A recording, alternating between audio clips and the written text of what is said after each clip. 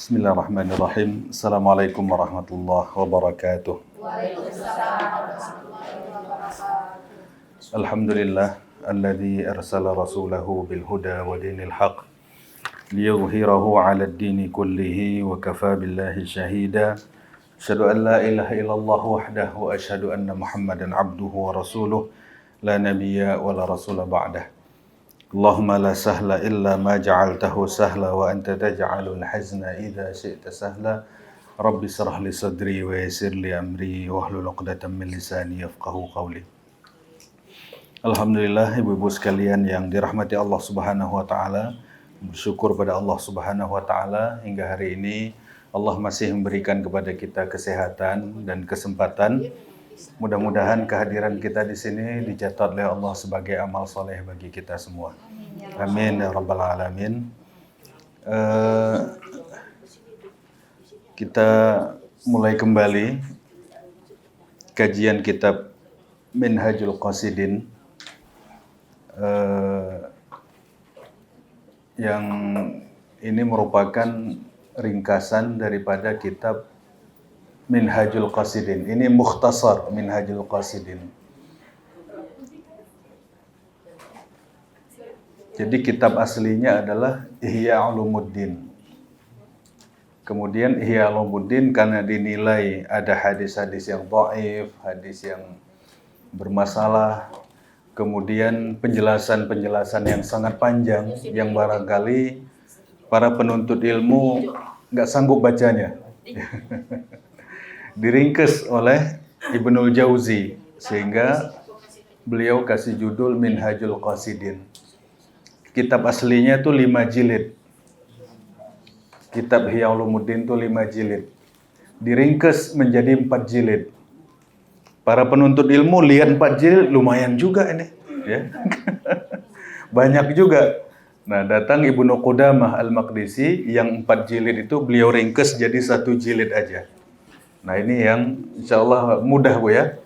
Kalau ini diringkas lagi tinggal 2 halaman nanti. jadi habis kalau diringkas terus ya enggak Bu. Jadi 1 jilid ini insya Allah bermanfaat kalau kita mengkajinya. Dan barangkali juga ibu-ibu sudah ada yang sudah mengikuti kajiannya, tapi tidak masalah kita murajaah, mengulang. Karena kata para ulama, innamal ilmu bil murajaah. Ilmu itu didapat dari murajaah, dari mengulang. Tidak ada ilmu tanpa pengulangan. Tidak ada ilmu tanpa pengulangan. Ilmu didapat karena diulang. Makanya ulama-ulama dulu, Riyadhus Shalihin itu mereka ulang-ulang baca sampai 500 kali. Kita udah berapa kali Bu Riyadhus Shalihin? Belum ada 500 ya? Belum ada 500 Bu ya? Belum. Nah, jadi kenapa ulama itu hebat? Bukan karena masalah pintar, bukan hanya masalah, bukan karena mereka tahan untuk mengulang itu. Sanggup untuk mengulang.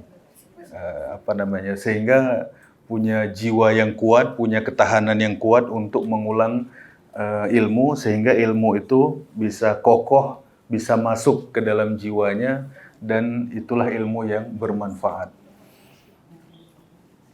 Nah, ibu-ibu sekalian dirahmati Allah Subhanahu wa taala, sebagaimana kita ketahui bahwasanya Minhajul Qasidin ini ditulis oleh penulisnya dibagi menjadi 4 bagian. Ya, menjadi 4 bagian. Yang pertama adalah Rub'ul Ibadat, bagian daripada ibadah. Diceritakan situ tentang menuntut ilmu, kemudian tentang salat, tentang puasa, tentang haji. Tapi bukan kaifiatnya, bukan tata cara, akan tetapi semacam motivasi, kemudian adab-adab dan seterusnya. Kemudian yang bagian kedua adalah Rub'ul Adat, bagian daripada adat istiadat manusia. Seperti makan, minum, bertamu, jual beli, ya, kemudian pernikahan, perceraian dan lain sebagainya, itu bagian daripada klasifikasi adat istiadat manusia. Yang pertama tadi ibadat. Kemudian yang kedua adat istiadat manusia. Keseharian, makan, minum, tidur, bertamu, safar. Nah, itu bagian daripada adat istiadat manusia. Nah, dua macam ini kelihatannya insya Allah udah selesai, Bu ya. Insya Allah, Bu ya. Jadi kemudian bagian yang ketiga adalah robu'ul muhlikat. Hal-hal yang menghancurkan manusia. Ya, hal-hal yang menghancurkan manusia. Jadi memang ada sifat-sifat, perilaku, tingkah laku yang dapat merusak manusia. Merusak imannya, merusak akhlaknya, merusak ibadahnya, merusak nama baiknya, dan segala macamnya. Jadi ada hal-hal yang dapat menghancurkan manusia. Dan ini mesti kita ketahui, karena kita tidak tahu bahwasanya ibadah yang sudah kita tumpuk benarkah ada, benarkah masih ada wujudnya. Atau setiap muslim mesti menyadari bahwasanya syaitan itu selalu berupaya untuk menghancurkan dia, selalu untuk memusuhi dia, menyesatkan, menghancurkan, dan seterusnya. Nah, ini dibahas dalam namanya al-muhlikat, hal-hal yang dapat menghancurkan manusia. Nah, kemudian yang terakhir adalah al-munjiyat atau al-munajjiyat, hal-hal yang dapat menyelamatkan manusia. Nah, hal-hal yang dapat menyelamatkan manusia. Apa saja kira-kira? Seperti taubat, istighfar, kemudian apalagi memaafkan orang, bersikap lemah lembut, menahan amarah, ya Bu ya. Itu segala macam kategorinya sebagai apa? Hal-hal yang dapat menyelamatkan manusia. Jadi nanti kalau ketemu saya, insya Allah bahasannya kitab ini. Ya. Begitu Bu, iya insya Allah. Jadi kalau ketemu saya, nggak usah nanya judul, pokoknya lanjutan ini. Ya Bu ya. Jadi judulnya Minhajul Qasidin lanjutan, ya Bu. Nah, kenapa disebut muhlikat dulu sebelum munjiat? Hal yang menghancurkan dulu sebelum hal yang dapat menyelamatkan. Kata para ulama, kalau kita ingin mengisi hati kita dengan kebaikan, maka kotorannya dulu harus dibuang. Ya, harus dibuang. Ya. Karena kalau tempat gelas itu kotor, diisi dengan air bersih, kira-kira gimana, Bu? Tetap kotor. Ya, makanya yang buruk-buruk itu, yang hal-hal yang tidak baik kita buang dulu. Yang benci, yang dendam, yang suuzon, yang gibah, yang segala macam itu dibuang dulu. Setelah itu baru diisi dengan kebaikan, air bersih, maka dia akan bersih. Ya, namanya kotoran, ya, air dari selokan itu kita isi air putih, tetap dia kotor, terkontaminasi. Makanya dibersihkan dulu, nanti setelah itu baru diisi air bersih, barulah kelihatan beningnya. Makanya kalau jadi orang kadang-kadang ke masjid rajin, ke diskotik juga rajin. Nah ini Mas. Ya Bu ya. Ke pengajian rajin, karaoke juga rajin. Nah itu ya. Ini gibah juga rajin ya. Nah ini belum pelajari muhlikatnya nggak Bu? Belum mempelajari muhlikat. Jadi memang kita orang Islam identitas harus jelas. Ini orang sebenarnya apa ini? Ya, jangan sampai gado-gado. Sana iya, sini juga, sungai iya. Campur-campur. Sehingga kalau kata orang campur-campur gado-gado ini enak katanya. Ya, soal makanan Bu ya. Tapi kalau soal ibadah, soal hubungan kita dengan Allah nggak bisa gado-gado. Harus jelas ya.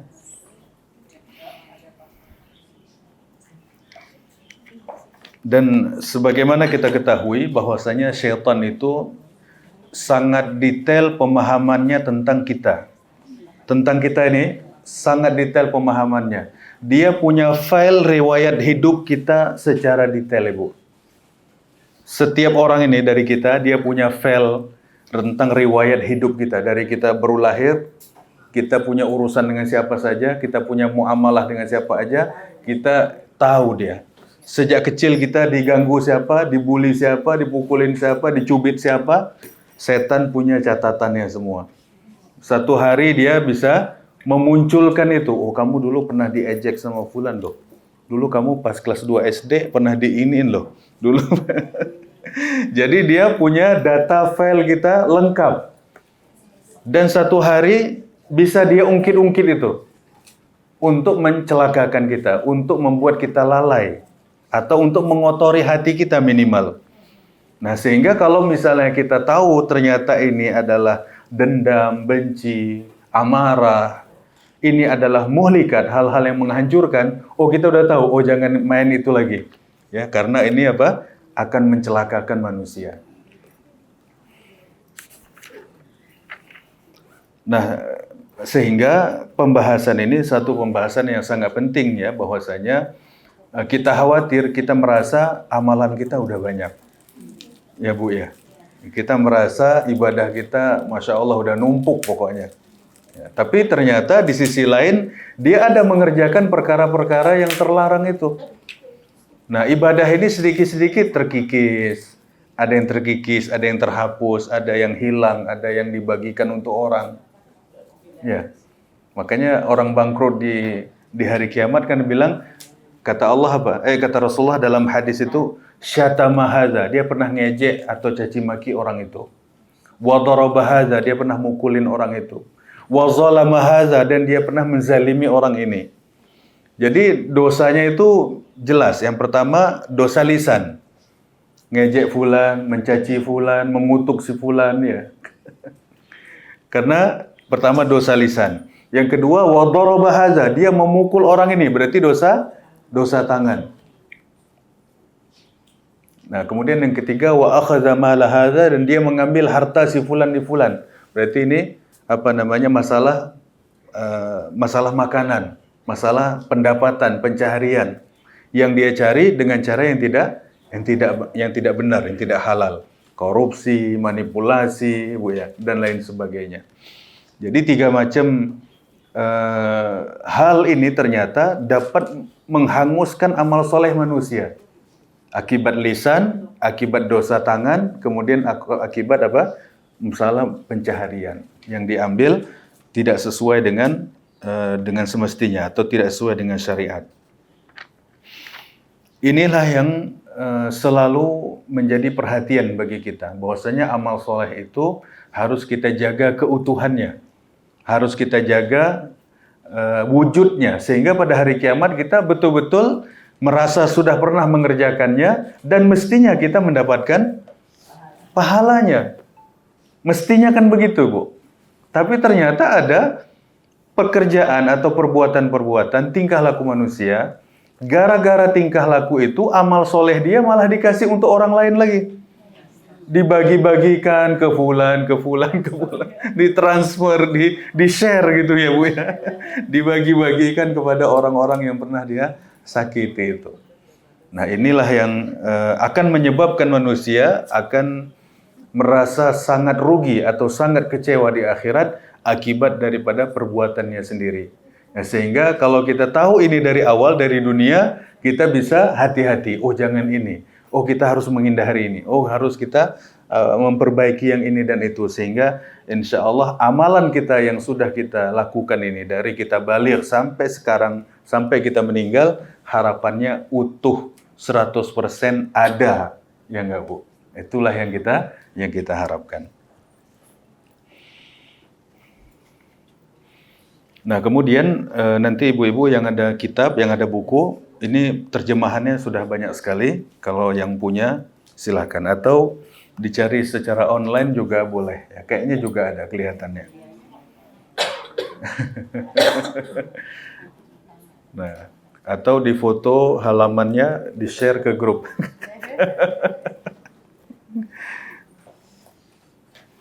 Nah, kata penulis di sini, i'lam anna asyraf ma fil insan qalbuh. Ketahuilah bahwasanya anggota tubuh yang paling mulia yang dimiliki oleh manusia adalah hatinya.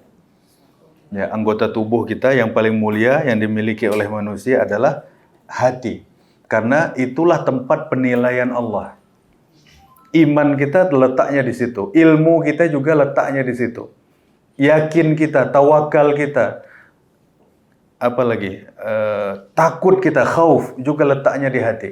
Maka hati ini adalah tempat penilaian manusia, tempat penilaian Allah Subhanahu wa taala. Maka yang harus kita perbaiki adalah hati apa wajah, Bu? Hati ya. Jadi yang harus betul-betul kita perhatikan adalah hati kita, karena itu tempat penilaian Allah.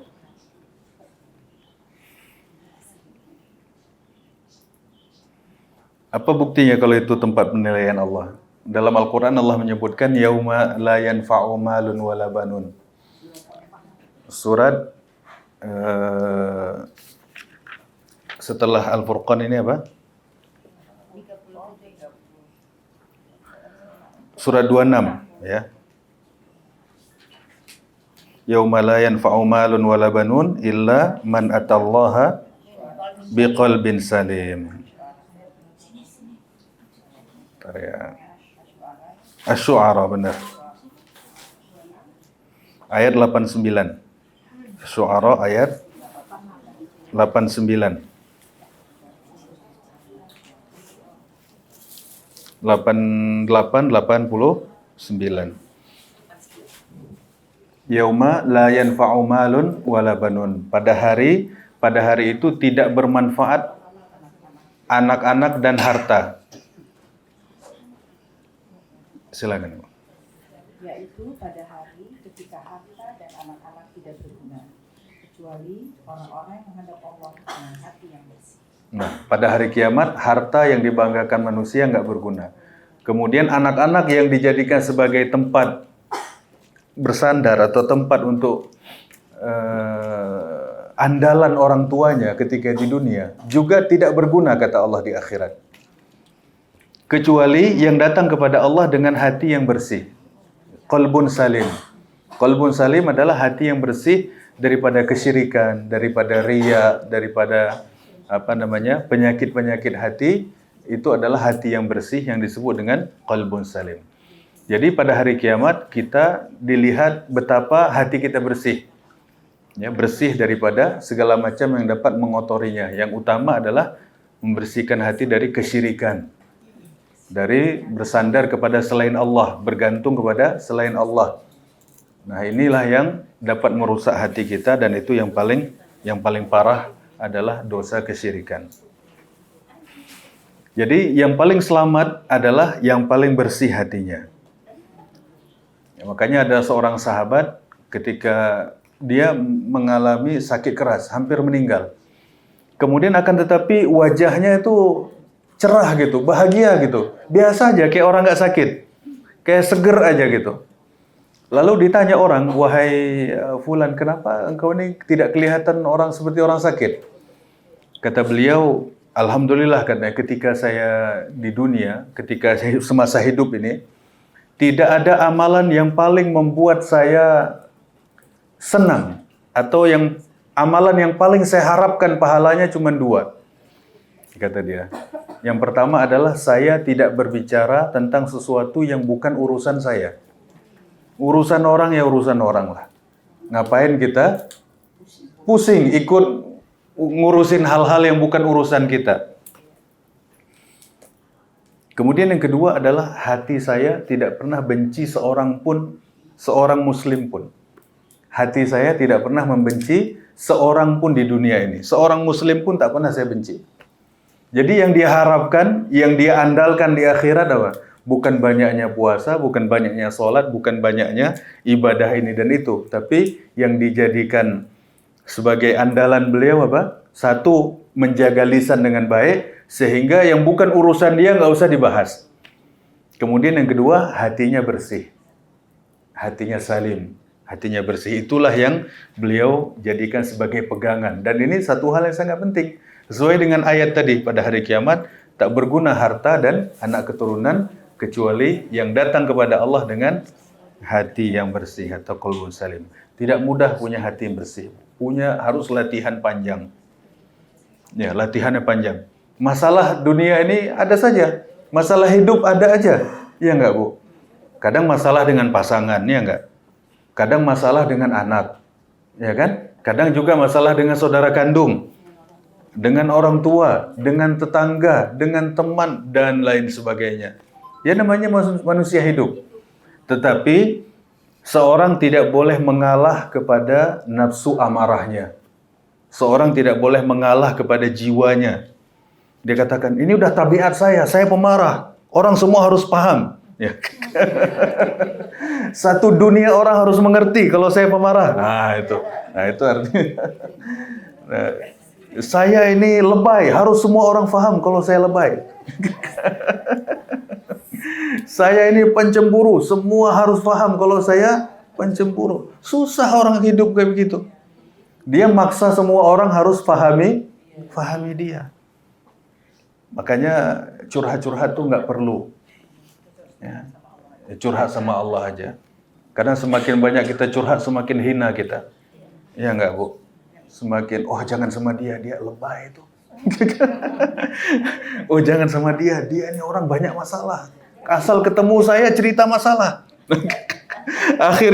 Akhirnya bukan baik yang kita dapat, malah kita dapat keburukan. Kenapa? Semakin banyak orang tahu aib kita, semakin rendah kita di mata mereka itu. Ya, apalagi curhatnya lewat medsos, Masya Allah. Aib diketahui satu orang aja kita udah malu, apalagi diketahui, Masya Allah, sekian banyak manusia. Nah, jadi hal yang paling mulia yang dimiliki oleh manusia adalah hatinya. Fa innahu al-alim billah. Hati itulah yang mengenal Allah. Hati kitalah yang mengenal Allah. Sebelum ilmu mengenal Allah, hati kita udah kenal Allah. Dia melihat langit, dia melihat bumi, dia melihat pohon-pohon, dia melihat hujan yang turun, melihat angin yang berhembus. Manusia akan mengenal Allah secara fitrahnya. Secara fitrahnya dia akan kenal Allah sebelum dia kenal Allah dengan yang lainnya. Nah, kemudian al-amil lahu, hatilah yang beramal untuk Allah. Wasa'i ilaihi, berupaya untuk mendekat dengan Allah Subhanahu wa taala. Adapun anggota badan ini hanya pelayan-pelayan hati saja. Tangan kita, mata, telinga, kaki, itu hanya pelayan-pelayan hati. Supaya apa yang dikehendaki hati ini bisa tercapai dengan baik. Hati pinginnya kita berbuat baik kepada orang, tangan yang melakukan. Hati ingin kita ini sujud kepada Allah, kening kita yang mewujudkannya. Seluruh anggota badan kita ini hanyalah pelayan daripada hati kita. Kita ingin tasbih, lisan kita melayaninya. Ya, Bu, ya. Kita ingin mendengarkan kalam Allah. Hati kita ingin mendengarkan kalam Allah. Telinga kita yang membantunya. Dan seterusnya. Apapun yang ada dalam tubuh kita ini hanyalah sekedar untuk melayani anggota tubuh kita. Untuk melayani hati. Ya. Hati ini hanya digunakan untuk melayani kok jadi bulat ya? Kok jadi bulat ya? Jadi seluruh anggota tubuh hanya untuk melayani hati. Jangan kebalik-balik, Bu, ya. Insyaallah. Nah, nanti ada pembahasannya ya, insyaallah. Nah, kemudian penulis di sini juga menyebutkan bahwasanya secara fitrah hati itu menerima hidayah. Secara fitrah. Ya, secara fitrah hati itu menerima hidayah, menerima petunjuk dari Allah secara fitrah. Akan tetapi ada orang-orang yang menolak petunjuk dan hidayah itu biasanya karena kesombongan atau gengsi. Ya, karena kesombongan atau gengsi, malu-malu ya. Makanya kata ulama, orang menolak Islam itu karena dua hal. Yang pertama, karena kesombongan atau gengsi. Kemudian yang kedua, karena kebodohan. Orang menolak Islam karena kebodohan. Begitu dia tahu ilmunya, mudah dia terima. Karena obat daripada kebodohan itu adalah ilmu. Begitu dia tahu ilmu, langsung dia menerima. Dan ini Yang paling banyak orang masuk Islam itu karena ilmu. Setelah dia pelajari, setelah dia baca, setelah dia renungkan, karena ilmu itu. Ya, yang cerdas. Makanya Rasulullah melihat Khalid bin Walid itu orang yang sangat pintar. Orang Arab pintar sekali. Cerdas. Dia sebagai komandan perang di masa jahiliyah. Khalid bin Walid itu pernah berperang melawan Rasulullah di Uhud. Kenapa dia sampai diangkat sebagai panglima? Karena orang pintar. Yang cerdas, tahu strategi, tahu taktik, tahu muslihat dan lain sebagainya. Karena perang ini muslihatnya harus jalan. Ya, maka kata Rasulullah, al-harbu khid'ah. Perang itu adalah uji muslihat, tipu muslihat, uji taktik. Makanya Rasulullah berkata, Khalid ini orang pintar. Mustahil orang pintar kayak Khalid nggak masuk Islam. Jadi kata Rasulullah. Jadi kalau orang pintar itu insya Allah mesti masuk Islam. Makanya kata Rasulullah, mustahil orang pintar kayak Khalid bin Walid nggak terima Islam. Mustahil. Dan ternyata Khalid bin Walid masuk Islam. Dan ada sahabat yang menceritakan, kata Rasulullah, Khalid, aku mendengar Rasulullah bilang gini, Khalid itu orang cerdas. Dan mustahil orang cerdas kayak Khalid nggak masuk Islam. Kemudian kata Khalid apa? Masa Rasulullah sebut nama saya? Iya katanya. Iya Rasulullah sebut nama saya. Akhirnya Khalid bin Walid masuk Islam. Karena memang itu tadi orang menolak Islam karena dua hal. Karena kesombongan, kemudian karena kebodohan. Kalau dia tahu ilmunya, begitu mudah dia menerima Islam dan menerima ajaran-ajaran Islam ini. Nah, kemudian hal yang dapat menghalangi orang dari petunjuk itu ada beberapa hal. Di antaranya adalah syahwat dan hawa nafsunya. Ya, syahwat dan hawa nafsunya. Ada orang ketika dia tahu Islam, dia pernah baca Quran, dia hatam Quran, dia orang non-muslim, dia hatam Quran berkali-kali, baca sirah nabawiyah 30 kali katanya. Kenapa nggak masuk Islam aja katanya? Aduh katanya, saya masalah babi panggang katanya. Jadi saya kalau udah babi panggang katanya nggak boleh makan, susah saya katanya. Jadi itu bukan masalah sombong, bukan masalah apa, tapi masalah syahwat, ya, syahwat makan. Ya, dia bilang jadi masalah apa? Masalah babi panggang katanya. Itu jelas-jelas dia cerita begitu. Tak usah sebut nama, Ibu tahu nanti. Iya, kita biasa aja Bu ya. Tapi mungkin nggak tahu ada orang-orang tertentu yang soal makan ini terlalu dibesar-besarkan.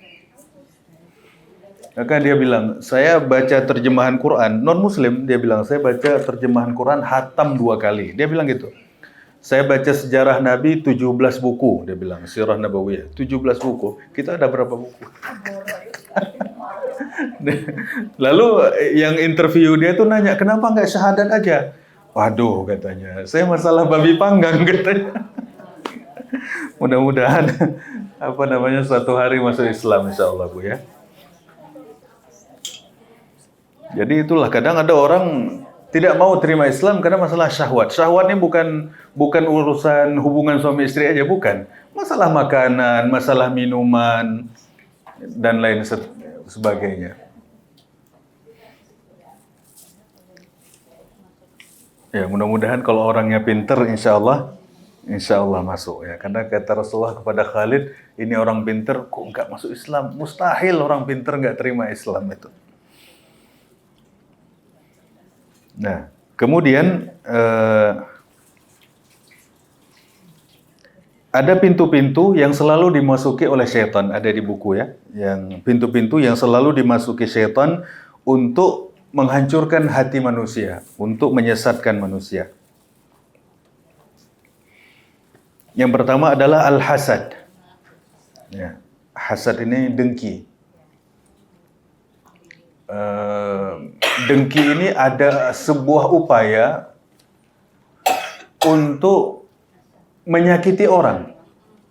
Ya, hasad ini bukan hanya sekedar keinginan dalam hati, tapi sudah ada upaya untuk mencelakakan orang. Itu disebut dengan hasad.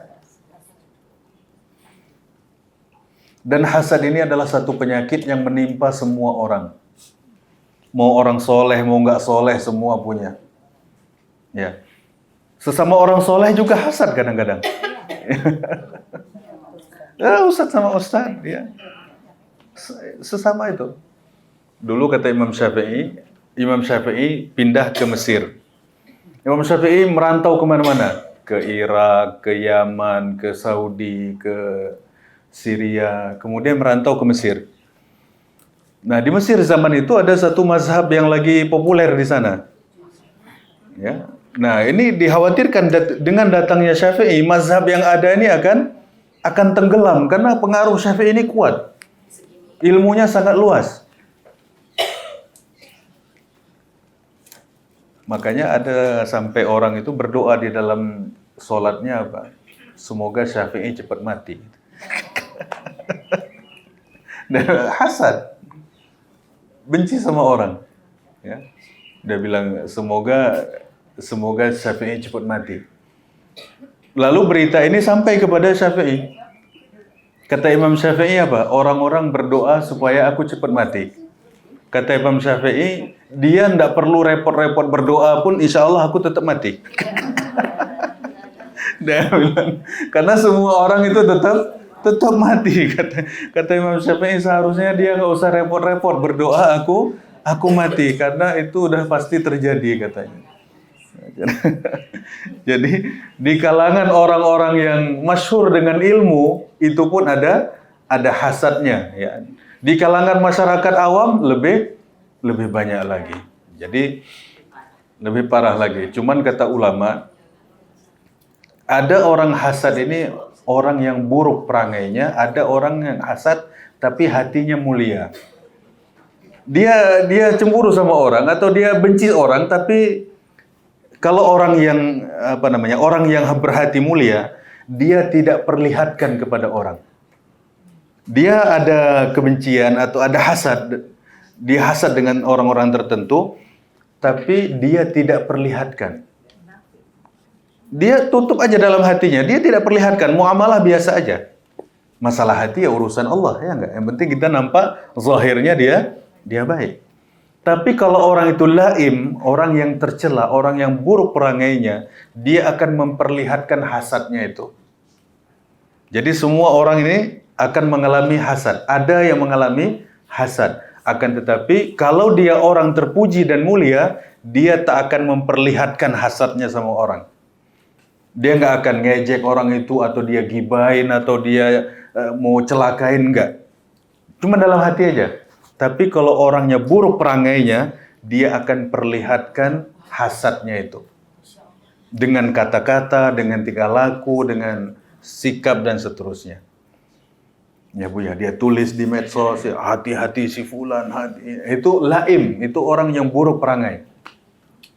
Jadi ada orang hasad, ada yang perangainya baik, ada yang perangainya buruk. Ya. Apa baiknya, Ustaz? Hah? Apa baiknya hasad yang baik? Enggak, maksudnya hasad itu tetap buruk. Ya. Tapi kalau hasad yang buruk itu berasal dari orang yang punya perangai yang baik, dia tidak memperlihatkan. Dia dalam hati aja. Batin aja. Dia dia ada hasad tapi dia nggak memperlihatkan sama orang. Biasa aja dia. Tapi dalam hati Hah? Ya, hasad tetap buruk ya. Hasad tetap buruk, tapi sifat buruk ini kadang-kadang pada pribadi-pribadi yang baik dia tak memperlihatkan. Dia biasa aja. Kalau ke pemimpin ya udah kelihatan. Itu gimana cerita? Kan ada gini. Boleh juga ya? Kan kita tidak membenci pribadinya dia, tapi membenci kebijakan-kebijakan dia yang mencerahkan rakyat itu. Betul. Boleh. Ya kalau memang itu harus diperbaiki, ya islah tetap. Maksudnya sekecil-kecilnya kita untuk lihat itu adalah hati yang membenci, ya bukan gimana? Ya kalau amar ma'ruf harus amar ma'ruf. Ya karena itu berurusan dengan orang banyak. Ya kalau masalah pribadi-pribadi beda lagi. Ya, masalah pribadi beda lagi. Nah, kalau masalahnya pemimpin, amar ma'ruf itu berbeda. Berbeda. Kalau amar ma'ruf harus ada amar ma'ruf. Tapi Ustaz, kalau misalnya kita nge-share itu kan tentang pemerintah yang jelek-jelek itu boleh.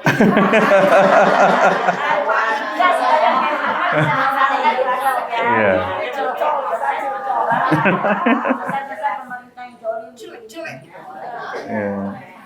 Ya apa dulu yang di-share itu benar apa enggak? Ya. Iya. Makanya kita kan nggak tahu. Iya.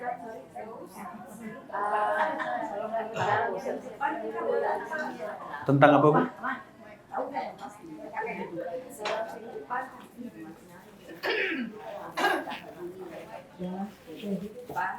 Bisa aja ya kita memiliki pendapat akan segala sesuatu dan lain hal. Ya. Saya mungkin Ustaz perlu jelaskan batasan hasad itu yang seperti apa gitu ya. Karena bisa saja dalam kehidupan kita emang nggak suka sesuatu dan lain hal tanpa ada maksud dan niat untuk menyakiti orang lain atau ya berbuat zolim ke orang. Dan pendapat itu kita utarakan. Misalnya saya nggak suka dengan perbuatan ayah saya, gitu. Atau kita bisa bilangin bahwa saya hanya menerima sebatas ini saja. Lebih dari itu tidak. Dan itu dalam upaya kita memberitahu bahwa ini loh batasannya kita. Dengan niat bahwa orang lain juga tahu bahwa pandangan kita terhadap suatu hal itu seperti apa, sehingga ke depan kita berharap bisa saling ada saling memahami itu saling. Nah itu termasuk hasad atau gimana ya Ustaz ya? Saya agak rancu ya. Hasad itu dia tidak suka melihat orang lain mendapatkan nikmat Allah. Itu definisinya. Ya. Hasad itu dia nggak senang kalau orang mendapat nikmat dari Allah. Dan dia berusaha untuk menggugurkan nikmat itu atau mengganggu nikmat itu. Itu hasad secara umum begitu artinya. Kalau orang Sunda ada istilahnya Ustaz. Apa itu? Sirik, sidik, kiri dan kicau. Itu tuh udah paling parah gitu. Iya. Itu bahasa Prancisnya gitu. Iya. Jadi kalau orang Arab bilang tamanni zawali ni'mat inda nas, berusaha untuk menghancurkan kenikmatan yang dimiliki orang lain. Itu namanya hasad. Nikmat itu bisa jadi nikmat materi atau nikmat nama baik, ya, kemudian popularitas dan seterusnya. Jadi upaya-upaya itulah yang disebut dengan hasad. Nah, kalau misalnya kita ada muamalah sama orang, terus kita inginnya batasannya ini, bukan hasad. Ya, bukan hasad. Ya, itu negosiasi urusan muamalah. Ya, kalau kita nggak suka, ya kasih tahu aja. Ya, makanya kata orang Arab, as-sarahah raha. Ya, terus terang itu ketenangan. Ya. Iya, terus terang itu ketenangan. As-sarahah itu raha. Sarahah artinya terus terang. Rahah itu istirahat, rehat, tenang hati, lega. Ya, terus terang itu lega. Tapi ada hal-hal yang kadang-kadang kita tak usah terus terang. Ada hal-hal tertentu. Tapi kalau sama orang lain nggak apa-apa. Tapi kalau sahabat dekat, kawan-kawan, suami, ya kadang-kadang tidak semua harus kita utarakan. Cukup. Ada nggak sih doanya itu Ustaz? Kadang kan dalam kehidupan, misalkan kayak dengan suami deh ya, gampang banget gitu kan, di hati kita tuh terus gitu kan ya. Tapi adalah mungkin dia termasuk dalam kategori yang orang kita nggak terus terang sebenarnya. Ada nggak sih doanya Ustaz? Karena itu apa ya, mengelola hati itu tidak mudah loh. Ya, doanya istighfar aja. Ya, astagfirullah. Melihat orang susah melihat orang senang. Ya. SMS ya. Nah. Kenal iri misalnya melihat orang, ada orang iri melihat kesolehan. Ya, itu tidak ada masalah. Karena kita tidak berusaha untuk mencelakakan atau menghilangkan nikmat yang ada pada orang itu. Ya, kalau dalam bahasa Arab disebut dengan ghibtah. Ya, ghibtah itu kita pingin kayak dia, tapi kita nggak mau merusak dia. Ya, misalnya nih orang ngajinya pinter banget, kita pingin pinter kayak dia. Akhirnya kita berusaha ngaji, memperbanyak tahsin dan seterusnya. Itu bagus, nggak apa-apa. Ya, itu orang berhati mulia seperti itu. Orang kalau berhati mulia, dia pingin kayak orang lain, tapi dia nggak mau menghancurkan orang lain. Tapi kalau orang berhati buruk, dia bilang, tilawah aku yang bagus, dia jelek. Nah, malah dia mengkritik atau merendahkan orang lain. Ini orang laim, ya. Laim ini orang tercela, orang yang berhati buruk.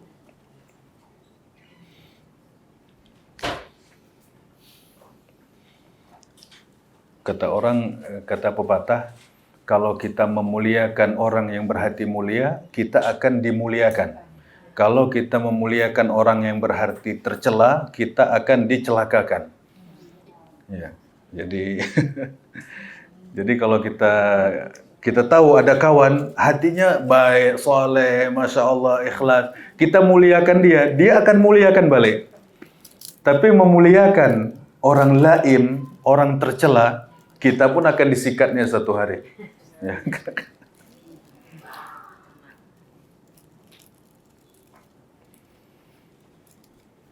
Nah, kemudian disebut pula di sini al-hirs, yaitu rakus, ya, sifat rakus. Ini pintu-pintu setan, ya, pintu setan masuk. Ini digabung oleh penulis nomor satu, hasad dan rakus. Ya. Hasad dan rakus. Nah, rakus ini masya Allah ya, satu penyakit yang luar biasa. Bukan rakus makanan aja, rakus segala macam. Ya, rakus harta, rakus apa lagi? Jabatan, ya, segala macam rakus. Segala-galanya. Makanya kalau kita lihat orang dikasih amanah dengan jabatan-jabatan, kalau dikasih gaji berapa aja, nggak cukup. Karena ada sifat yang buruk tadi, namanya sifat rakus.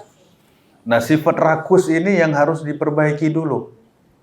Nah, sehingga bisa memberikan manfaat atau kebaikan kepada umat atau kepada masyarakat. Ya, ambisi. Ya. Kemudian yang berikutnya adalah, yang kedua adalah al-ghadab wa syahwah, marah dan syahwat. Ya, sifat marah.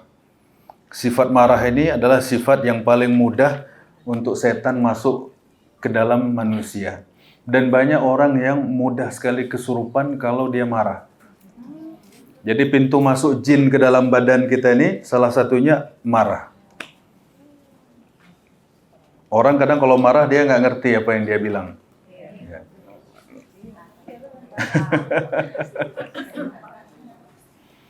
Makanya kata pepatah Arab, al-ghadab awwaluhu junun wa akhiruhun nadam. Marah itu awalnya gila, ujungnya nyesel. Ya. Jadi dia bilang, kata pepatah Arab begitu. Awalnya adalah gila, akhirnya adalah penyesalan. Entah apa-apa dia bilang orang, semua barang dilempar segala macam, udah capek, udah pegel deh. Aduh, berantakan ya.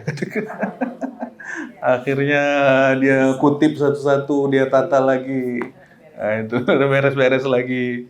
Nah, itu awalnya seperti orang gila, tapi ujungnya adalah penyesalan. Nah, ada orang dikit-dikit marah, cerai. Ada orang datang nanya, dia bilang, ini gimana Ustaz? Cerai apa enggak? Ya cerai. Terus kalau marah, ya enggak ada orang bulan madu cerai, saya bilang. Orang cerai itu yang marah. Ya enggak, Bu? Kan karena marah baru bilangnya cerai.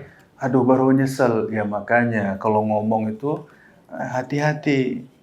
Maka di dalam hadis ada 3 macam yang disebutkan main-main kena, sungguh-sungguh apalagi lebih kena lagi. Yang pertama adalah nikah. Nikah nggak boleh main-main. Nggak boleh ketemu, misalnya saya ketemu anak laki-laki, saya lihat ganteng, pinter, dia bilang, udah kamu saya nikahkan dengan anak perempuan saya. Dia bilang, saya terima Pak. Jadi, nggak boleh main-main. Maharnya gimana? Maharnya sesuai adat yang berlaku di masyarakat. Berapa? Saksi itu ada 2, saksi lihat. Iya nggak boleh main-main itu. Iya. Jadi kata Nabi, salasun hazluhunna jiddu wa jidduhunna jiddu. Ada 3 macam kata Nabi. Main-main itu dianggap sungguh-sungguh dan sungguh-sungguh juga dianggap sungguh-sungguh. Kalau sungguh-sungguh apalagi maksudnya? Main-main aja dianggap sungguh-sungguh. Yang pertama masalah pernikahan. Kemudian yang kedua cerai. Gak boleh seorang laki-laki dia sambil dia pegang istrinya, Masya Allah dek kamu cantik banget ya, hari ini aku cerai. Main-main itu gurau, jadi itu talak 1. Ya itu talak 1. Ya. Gak boleh main-main dia bilang. Masalah sensitif itu, nggak bisa buat gurau-gurau. Gurau-gurau cari bahan lain lah, jangan yang itu. Kalau di film mungkin sekarang udah ngerti orang film, jadi udah, maksudnya tidak disebut akadnya, tidak disebut aku nikahkan ini nggak. Tiba-tiba akad nikah udah selesai baru sahnya baru disebut, nggak tahu sah apa kan.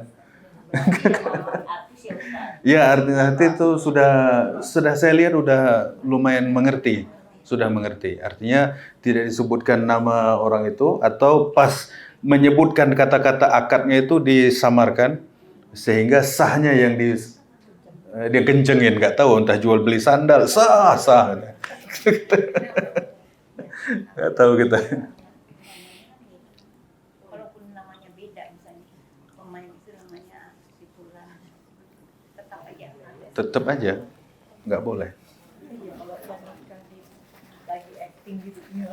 Iya makanya. Tapi di film-film tertentu sudah mulai ya, alhamdulillah sudah mengerti.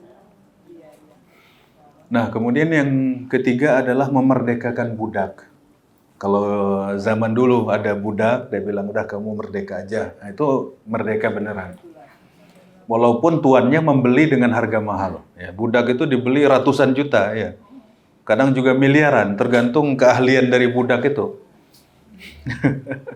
Kalau tuannya bilang udah kamu merdeka, itu benar-benar merdeka. Jadi nggak boleh main-main. Itu masalah yang sangat serius dalam syariat, sungguh-sungguh sekali. Nikah, kemudian cerai, sama memerdekakan budak.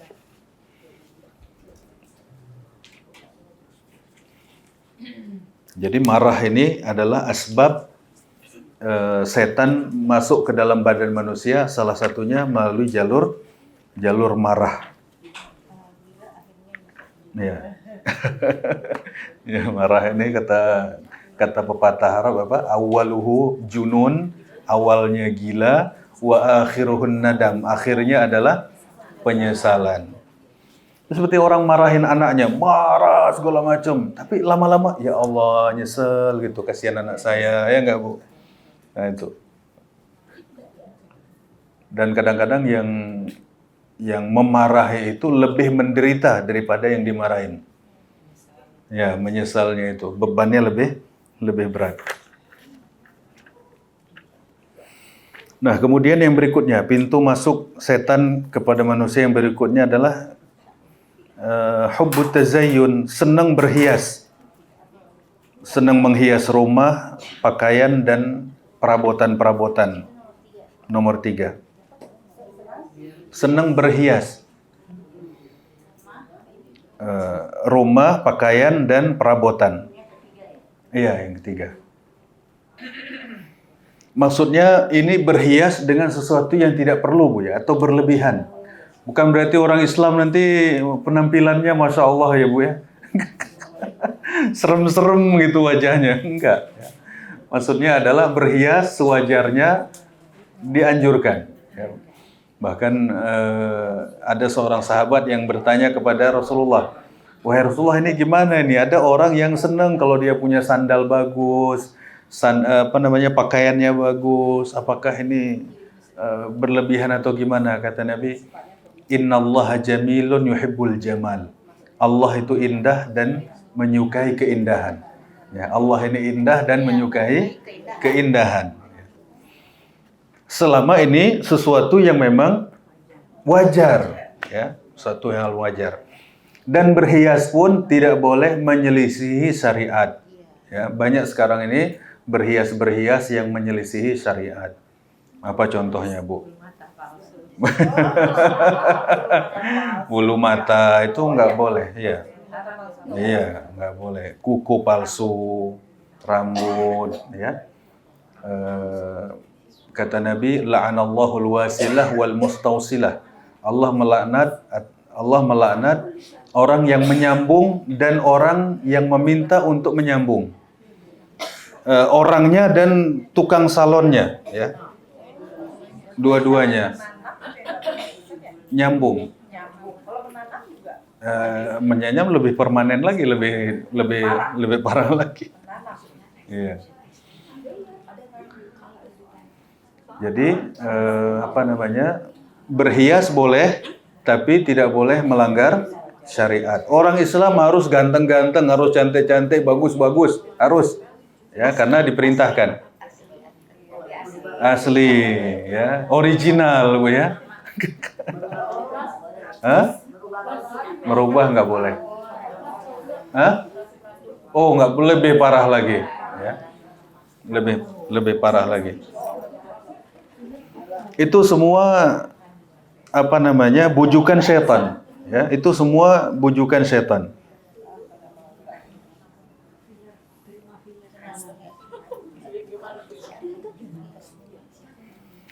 Coba Ibu barangkali mau lihat surat An-Nisa ayat 119.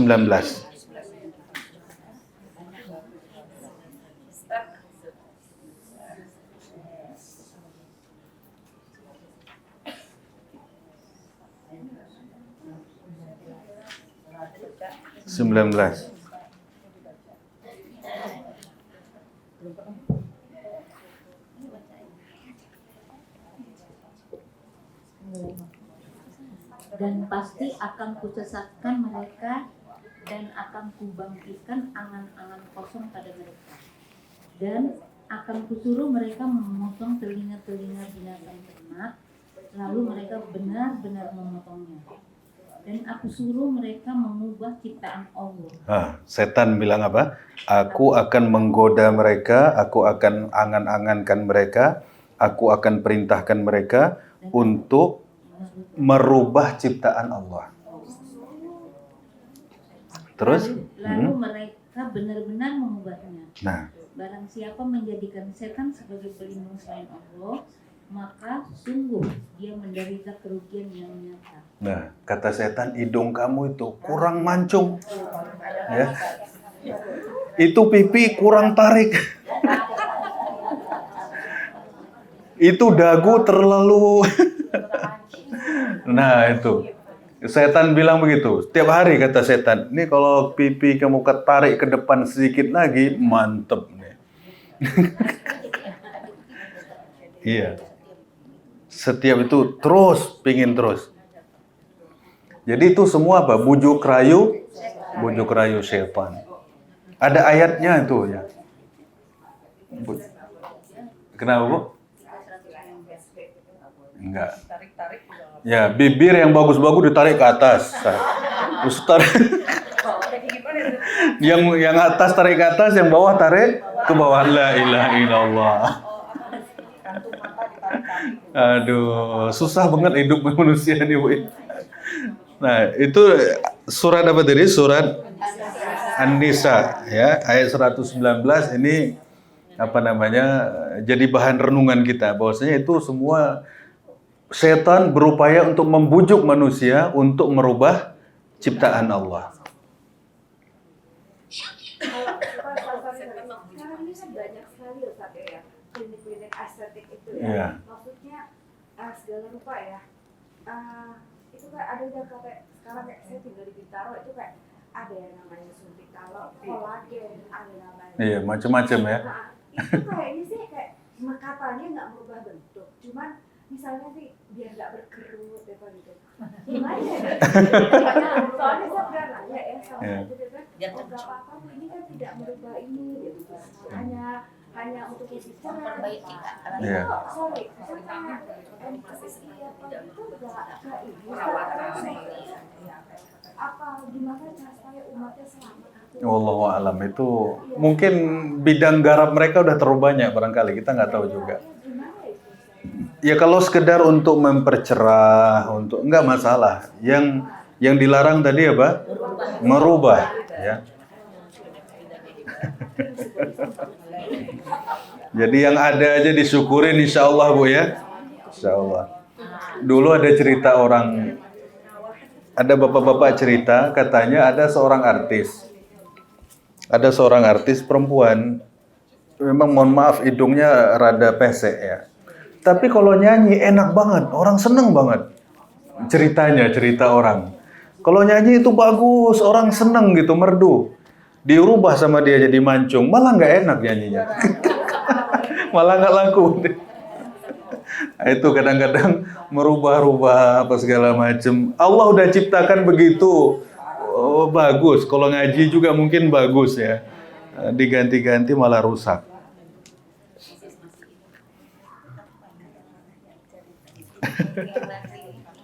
Iya, kurang bersyukur.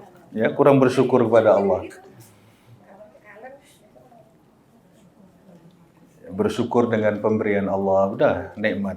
Ada orang mau putih, akhirnya disuntik macam-macam. Masya Allah.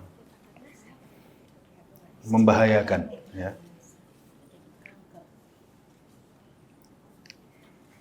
Nah, kemudian pada rumah. Nah, masalah rumah ini saya ada baca hadis, kata Nabi apa? Semua yang dibelanjakan manusia itu akan dikasih pahala oleh Allah. Kecuali satu hal, yaitu fil bina, tentang rumah, bangunan. Semua uang yang kita belanjakan itu diganjar pahala oleh Allah. Kecuali dalam bangunan. Maksudnya apa? Kalau seseorang membangun di luar kebutuhan dia, dibangun rumah sana lagi, entah sana lagi, ruko sana lagi, nggak bermanfaat. Nah, jadi kalau rumah itu bermanfaat, artinya memang kita perlukan ruangan-ruangan segala macam, nggak ada masalah. Itu kita dapat pahala justru.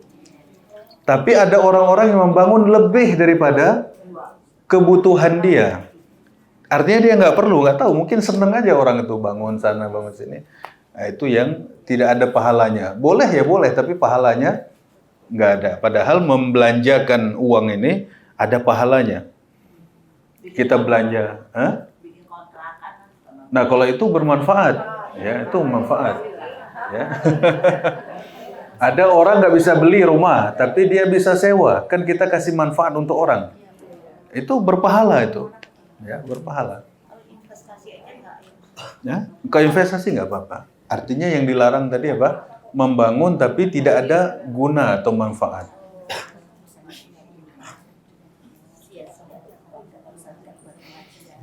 Dan ada juga di dalam hadis lain disebutkan bahwasanya kamar itu satu kamar kita, satu kamar anak, satu kamar pembantu. Ternyata lebih, kata Nabi, firasul li syaitan. Setan tidur situ. Maka kalau kita nggak pakai, serem kita datang ke situ kan, agak angker atau apa. Tapi kalau manfaat, orang satu rumah misalnya, ada 5-7 kamar dia. Dan semuanya berguna, alhamdulillah. Ponakannya di situ, lagi kuliah di situ, apa, nggak ada masalah. Misalnya kamarnya tadinya banyak, Iya. tapi setelah pada menikah kan mereka Iya. ada sendiri kan, jadi pada kosong. Nanti kan datang lagi orang itu. Iya. Ya. kosong misalnya kita baik kita sholatin setiap Iya nggak apa-apa, nggak apa-apa. Pakai ngaji. Saya dia tinggal di rumah. Yang dahulu kamar itu diisi anaknya, sekarang tinggal sendiri. Terus ada kamar kosong, itu gimana? Di ngajiin aja. Pakai tilawah, pakai ya. Insyaallah. Ya, intinya ini masalah berhias, rumah, pakaian dan perabotan yang tidak diperlukan. Ya. Kalau perabotan itu misalnya asalkan tingkatan itu bisa dilihat misalnya dia ambil harimau yang diawetkan. Oh. Itu kan untuk perabot yang untuk menghias rumah Ustaz kayaknya. Terus ada kepala rusa, itu benar-benar kepala rusa asli yang diawetkan. Ya, tanduknya. Itu orang tuh melihat bahwa itu rumah orang yang Ada amalannya gitu ya. gengsi gitu loh. Hmm. Lebih ke situ lebih Ya. harimau yang diawetkan, Oh, ya. burung yang diawetkan, Iya, iya. cendrawasih gitu zaman dulu. Wallahu a'lam. Itu nggak bisa ya, karena itu Makhluk hidup ya. Nah, kemudian pintu berikutnya, kita lanjut Bu ya. Pintu berikutnya adalah pintu asyaba, kenyang. Ya, keempat. Pintu apa? Perutnya selalu kenyang. Ternyata nggak bagus kalau kenyang terus, Bu. Ya. Karena perut yang kenyang terus ini menguatkan syahwat. Dan ternyata juga tidak menyehatkan badan juga. Sesekali memang kita disuruh untuk puasa, lapar ya. Ya. Ya, menguatkan syahwat. Fa innahu yuqawwi syahwat. Dia dapat menguatkan syahwat wa yusqil 'anit ta'at dan dapat melemahkan ketaatan kepada Allah. Namanya orang perut udah kenyang, penuh perutnya. Ya. Kalau kata ulama, kalau makan banyak pasti minumnya banyak. Kalau makan banyak, udah minum banyak, pasti tidurnya juga banyak. Ya. Itu satu gandengan itu, satu paket ya. Kalau udah makan banyak pasti minumnya juga banyak. Kalau dua-duanya udah banyak, ujungnya pasti tidurnya juga banyak. Melemahkan ketaatan, keinginan untuk ketaatan. Melemahkan semangat untuk ibadah ya.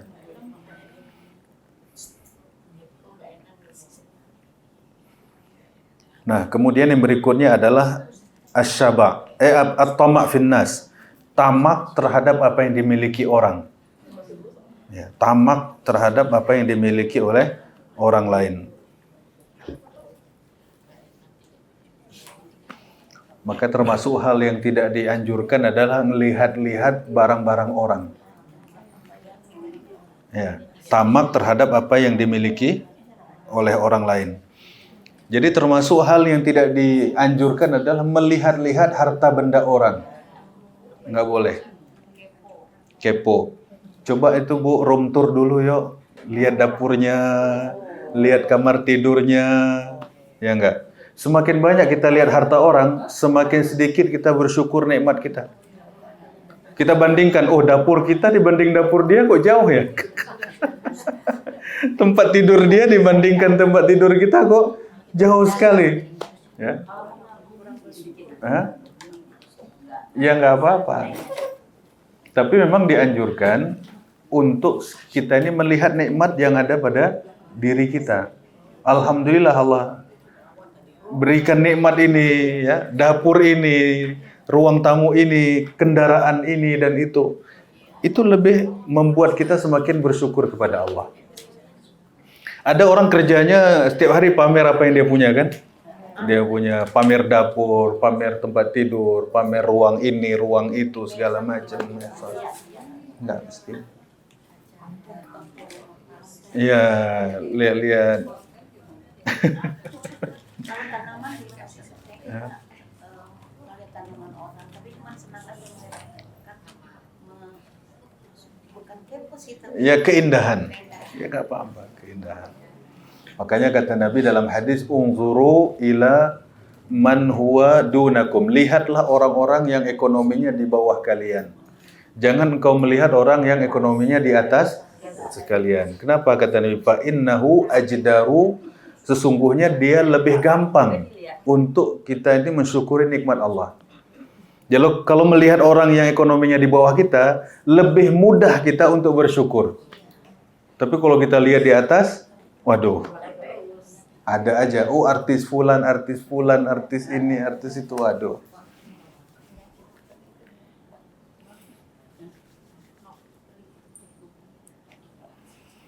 Nah, jadi kemudian yang berikutnya adalah al-ajalah. Buru-buru. Ya, terburu-buru. Tergesa-gesa. Tergesa-gesa. Ada orang yang sifatnya begitu. Tergesa-gesa. Pokoknya apa-apa harus cepat. Ya, nggak sabaran. Makanya disebut di sini di dalam hadis, al-ajalatu minasyaitan. Buru-buru itu dari setan. Wa ta'anni minallah. Dan ketenangan itu datangnya dari Allah. Orang tenang itu memang hadiah dari Allah. Hatinya tenang, tingkah lakunya, sikapnya tenang, santai aja. Itu hadiah dari Allah.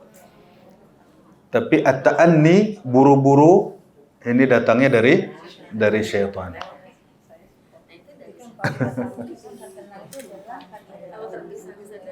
Nah, sebaiknya begitu, harus diatur-atur. Ya. Jangan ke bandara orangnya santai. Ya. Nah, ini namanya bukan tenang, ini namanya apa? Lalai. Ya, beda lalai dengan tenang beda. Ya, beda sekali. Begitu sampai sana tinggal 5 menit kan kita nggak tenang dulu. Iya lari-lari. Jadi ada orang lalai, ada orang yang tenang. Ya, itu beda, satu hal yang berbeda. Kalau orang yang pintar, punya jiwa yang baik, kan dia atur supaya dia tidak tergesa-gesa, nggak buru-buru. Bukan berarti tenang, tidur-tidur di rumah, tinggal dikit lagi barulah dia lompat lari-lari. Ya, ini. Begitu masuk saya dilihatin orang semua. Dimarahin, diomelin orang. Biasanya kan anak-anak itu ini termasuk ke situ nggak ya? Anak-anak itu kan biasanya kalau minta sesuatu harus ada itu termasuk nggak kalau anak-anak itu?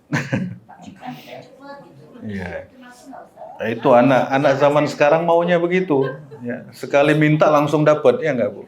Sekali pencet langsung keluar ya. Itu cuma ada di ATM itu. Kalaupun ada duitnya.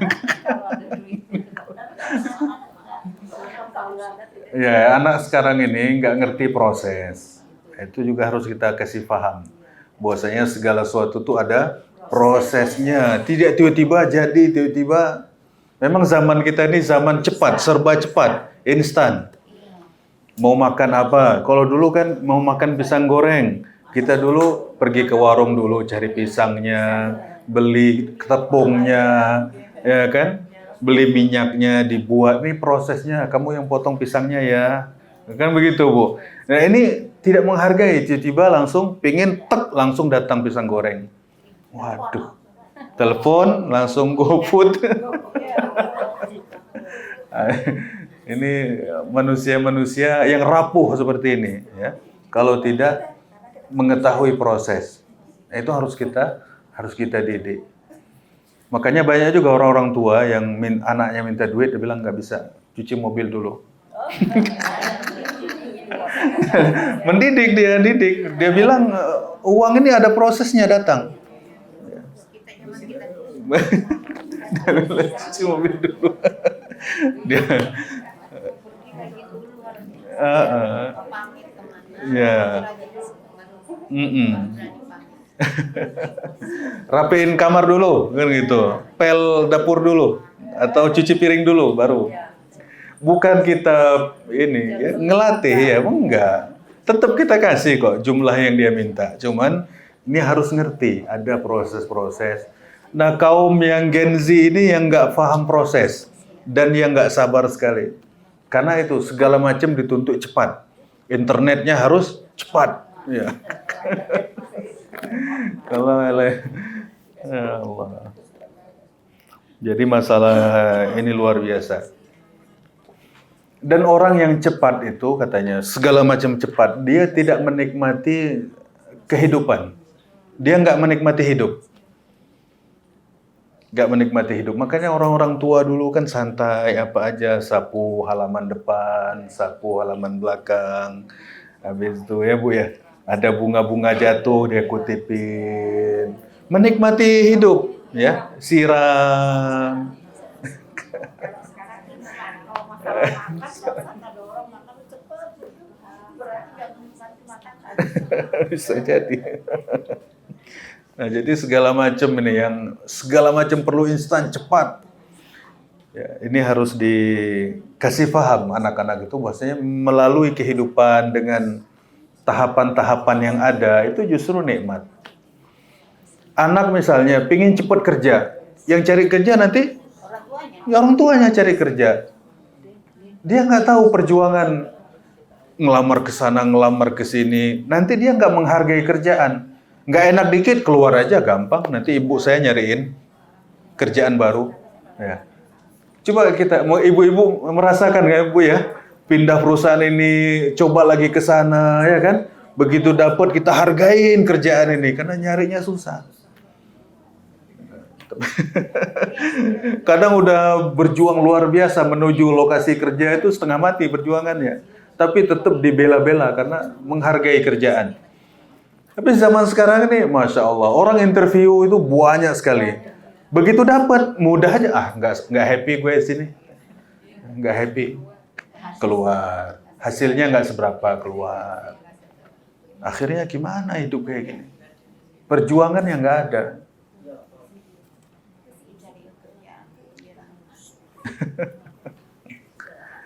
Segala macam mau dilayani, itulah generasi zaman ini.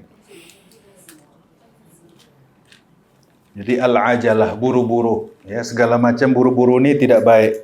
Harusnya direncanakan dengan baik, dikerjakan dengan baik, dan tidak boleh terburu-buru. Karena Nabi al-ajalatu minasyaitan. Buru-buru itu datangnya dari setan. Wa ta'anni minallah, dan ketenangan atau apa namanya, kebalikan dari buru-buru, santai, pelan-pelan, itu datangnya dari Allah Subhanahu wa taala.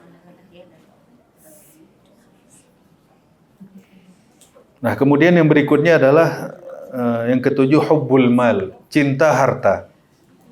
Ya, cinta kepada harta. Ya, cinta kepada harta kalau pada batas-batas tertentu tidak ada masalah, wajar manusia. Ya, tapi ada orang yang kadang-kadang saking senengnya harta akan tetapi sampai melanggar syariat. Ya, mencarinya dengan cara yang tidak halal. Atau bahkan ada yang sampai menjual diri demi harta. Nah, ini yang tidak dibenarkan.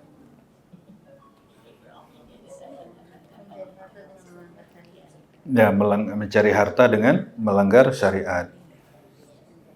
Nggak ada kebahagiaan di dalam harta yang kita dapat dengan cara yang haram. Nggak ada. Kebahagiaan itu hanya didapat dari harta yang halal.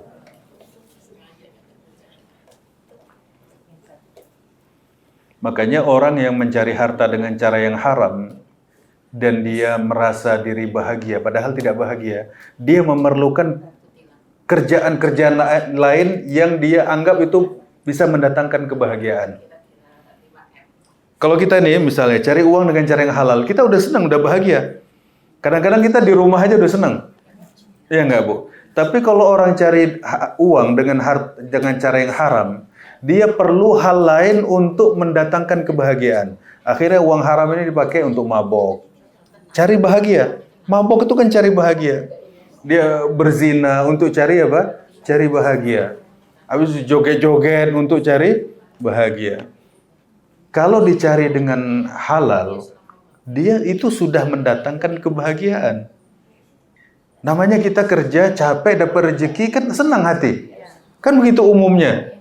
Tapi ada orang udah kerja, dapat duit banyak, tapi tidak bahagia. Dia perlu bantuan lain lagi supaya dia dapat bahagia. Nah, itu tadi karena asbab mendapatkannya itu dengan cara yang haram. Makanya tidak ada kebahagiaan di dalam harta yang haram. Nggak puas-puas. Dan kalau dalam AI itu kan dia bilang, kenapa Bapak korupsi katanya? Karena uang halal tidak cukup untuk gaya hidup yang haram. Dia bilang, jadi untuk gaya hidup yang haram ini duit halal nggak cukup. Nah akhirnya gitulah cara-caranya. Makanya alhamdulillah kita bersyukur pada Allah. Saya kalau ada orang tanya diskusi atau dia ngajak semacam dia bilang saya ada cekcok rumah tangga ini bertengkar, saya udah begini-begini sekian tahun. Yang pertama kali saya tanya, Bapak pekerjaan apa? Bukan saya masalah mau minta uang, bukan. Bapak pekerjaan apa? Nah, itu. Kalau bilangnya pekerjaan itu haram, udah nggak usah banyak cerita, itu dulu betulin. Nggak usah cerita ini itu, saya nggak mau dengar, saya bilang. Ini dulu tinggalkan. Pokok permasalahan. Biasanya itu masalah penghasilan. Yang kedua, masalah dia pernah nggak urusan dengan setan. Apakah masalah jimat, masalah pelet, masalah penglaris, ada nggak urusan dengan setan? Kalau ada urusan dengan setan, itulah dia asbabnya. Atau ada nggak urusan menzalimi orang? Pernah ngerampas harta orang, warisan adiknya, apa segala macam. Hal-hal yang berkaitan dengan hak-hak orang itu. Itu pasti ujungnya keributan dalam rumah tangga, dalam pergaulan di masyarakat. Makanya untuk mendeteksi itu mudah, Bu. Nomor satu, tanya penghasilan dari mana. Penghasilan dari mana? Kok penghasilan, oh, saya halal Ustaz, kerjaannya gini-gini. Oh ya, pernah nggak urusan dengan setan? Contohnya apa katanya? Pernah nggak belajar ilmu tenaga dalam? Pernah Ustaz. Nah itu. Ya. Kita ngeceknya, item untuk ngeceknya mudah. Mudah. Debus-debus, penglaris-penglaris. Nah, iya, itu dia. Nah, terus dikeluarin. Suruh taubat, keluarin. Enggak, kadang gaib itu. Gaib ya. Dimasukinnya gitu. Enggak. Ya, itu masukinnya wallahu a'lam ya, kok. Gaib. Pakai jin. Enggak paham saya cara ngeluarinnya. Ya.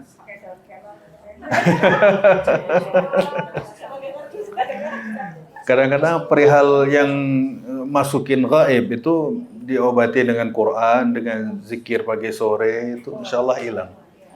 Tapi dia memang akan sengsara orang itu. Karena akadnya dengan setan itu dia tidak boleh dibuang. Iya, akadnya.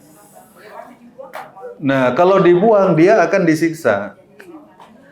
Kalau nggak dia ya anaknya, siapanya. Ya. Jadi setan itu nggak akan kasih servis sama orang kecuali ada akad yang mengikat.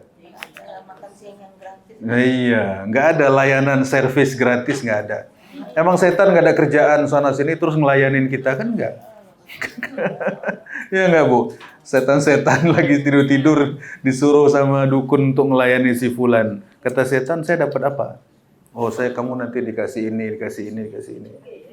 Ada transaksinya. Jadi, dan biasanya akadnya itu saya tidak boleh dibuang. Akadnya, kalau kamu mati berarti turun kepada anakmu. Anakmu mati turun kepada cucumu. Ya itu. Ya itu kata orang jin nasab apa segala macam ya dari situ. Memang dulunya ada yang mencari.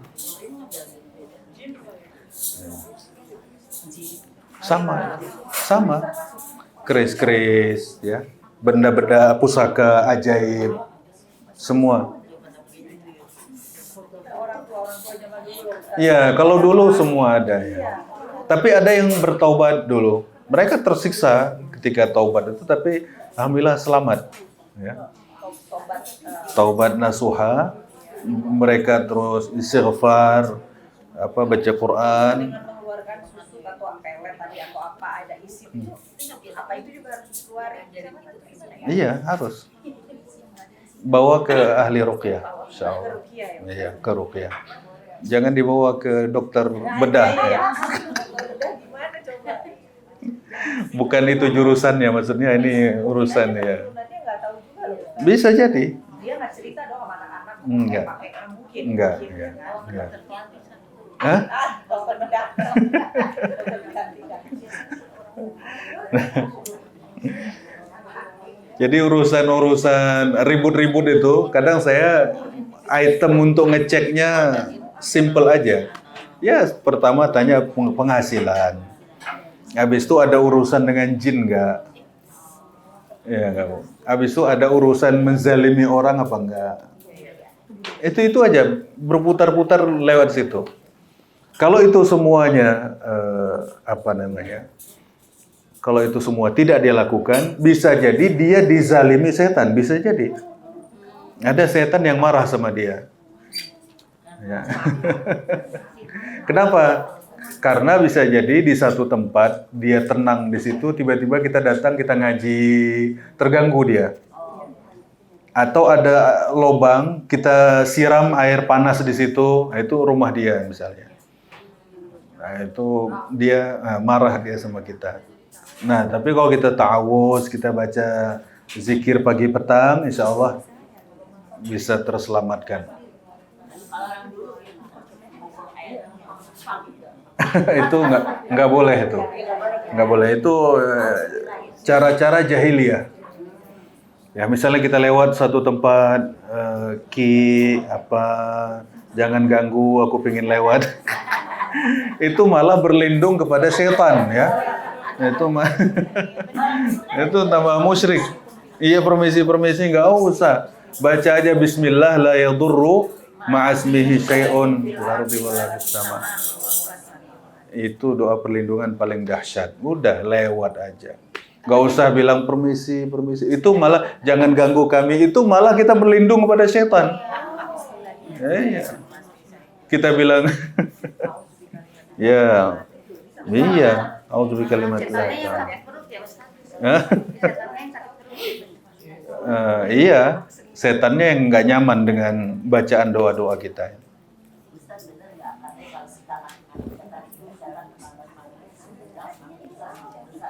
Iya. Hadisnya begitu. Jadi setan itu kalau apa-apa kita bilang setan, apa-apa kita bilang setan. Itu dia merasa, berarti aku pengaruhnya besar dong. Nah, tapi kalau malah kita menyebutkan doa-doa seperti tadi, Bismillah la yadurru ma'asmi syai'un fil ardi wala fis sama, atau a'udzu bikalimatillahi tammah min syarri ma khalaq, setan semakin menciut. Iya, semakin kecil dia. Tapi kalau kita sebut, setan lu hebat lu gini-gini, malah bangga dia. Tapi kalau kita bilang setan itu kecil lah, ya. Nah, kemudian yang berikutnya adalah mengajak orang awam untuk fanatik kepada mazhab. Ya, ini banyak kejadian ya, mengajak orang untuk fanatik. Fanatik mazhab, fanatik ustadz, fanatik apalah ya. Akhirnya banyak orang bertengkar. Ini nggak boleh. Mengajak orang awam untuk fanatik mazhab. Ya, fanatisme golongan, fanatisme ini itu ya. Nah, kita mengajak orang awam kepada Allah, bukan mengajak orang awam kepada kita. Ya, jadi ada istilah ad-da'watu ilallah, mengajak orang kepada Allah, bukan ngajak orang kepada kita. Itu beda lagi. Kalau ngajak orang kepada kita berarti kepentingan pribadi, ya, kepentingan pribadi. Dan makanya kalau orang berurusan dengan kepentingan pribadi, dia akan terganggu, akan berontak lah, protes lah, ini itu, membantah dan lain sebagainya. Kalau misalnya kita mengajak orang kepada Allah, siapapun yang mengajak orang kepada Allah, ya sudah, selesai. Yang penting dia ngajaknya kepada Allah. Dakwah kan begitu. Bukan ngajak orang supaya ikut kita. Kalau ngajak orang ikut kita berarti ini kepentingan pribadi. Ini bukan dakwah namanya. Jadi makanya kalau orang-orang yang berdakwah itu semua mengajak orang kepada Allah. Semua mengajak orang kepada Allah. Dan kalau semua orang mengajak orang kepada Allah, orang nggak bertengkar. Tapi kalau ada orang mengajak orang kepada lembaga, mengajak orang kepada kelompok, kepada ini itu, di situ mulai bertengkar orang. Situ mulai bertengkar. Tapi kalau tujuannya Allah, ya semua orang diajak kepada Allah, nggak ada pertengkaran. Makanya kalau kata orang, kenapa disebut dakwah itu ilallah, kepada Allah? Karena itu tauhidnya di situ, ikhlasnya di situ. Ngajak orang kepada Allah, bukan mengajak orang, bukan hanya mengajak orang titik, enggak. Mengajak orang kemana dulu? Ya, mengajak orang kepada Allah. Itulah yang ikhlas. Kalau mencari ilmu juga tujuannya dengan untuk mendebat, untuk mencari ustaz-ustaz yang lain itu kan nggak boleh ya Ustaz.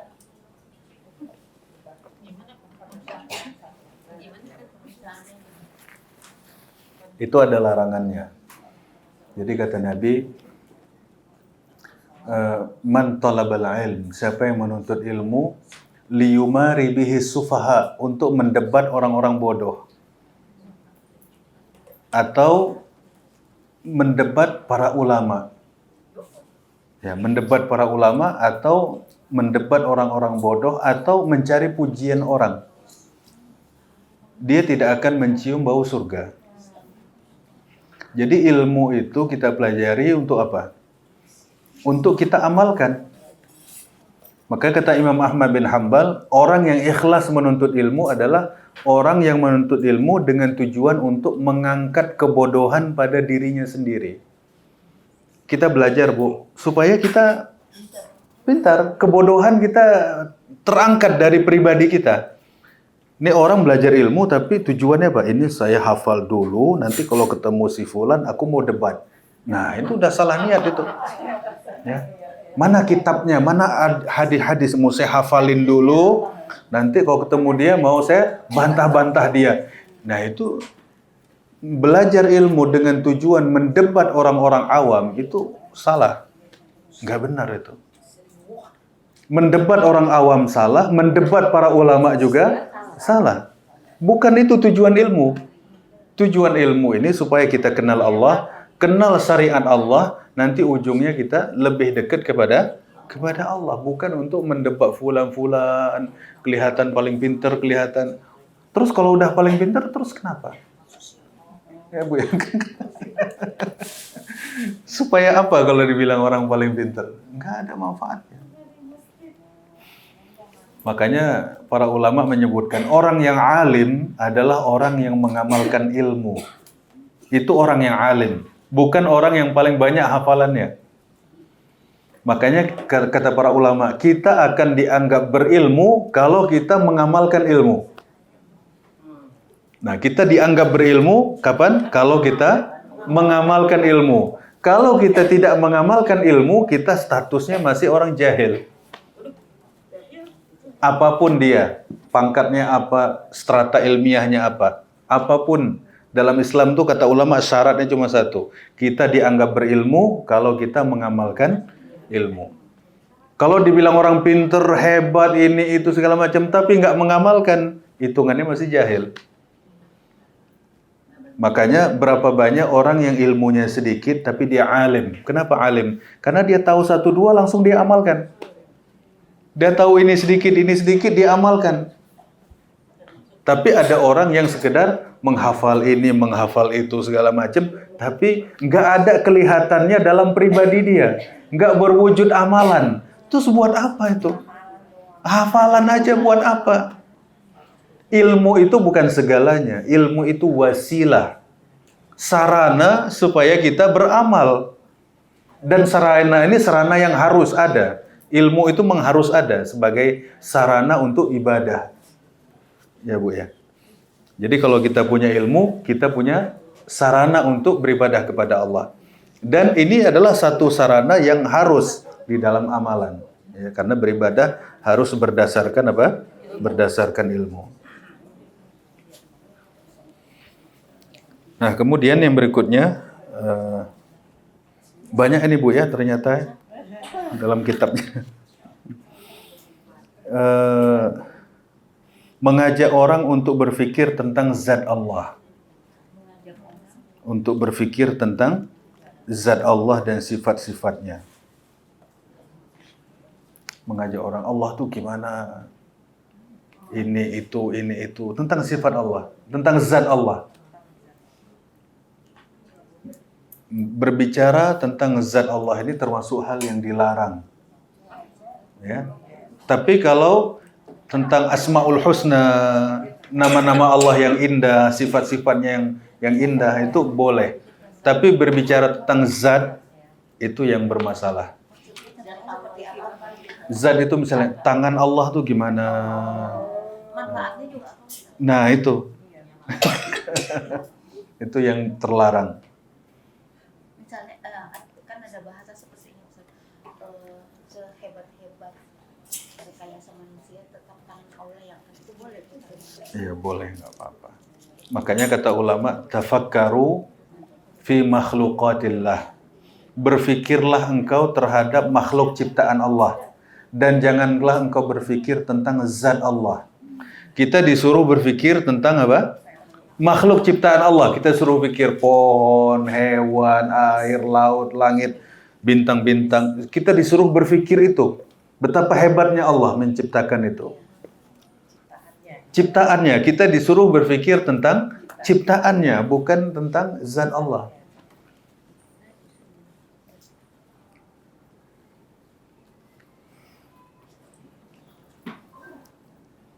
Dan ini perdebatan tentang ini sangat panjang. Udah ribuan tahun, ya. Ya Allah di mana apa segala macam itu bicara soal zat, nggak boleh. Kecuali ada dalilnya yang jelas, ya. Kalau nggak ada dalil yang jelas, nggak usah memaksakan diri bicara hal-hal seperti itu. Kata ulama apa? Fikirlah terhadap ciptaan Allah dan jangan engkau berpikir tentang zat Allah.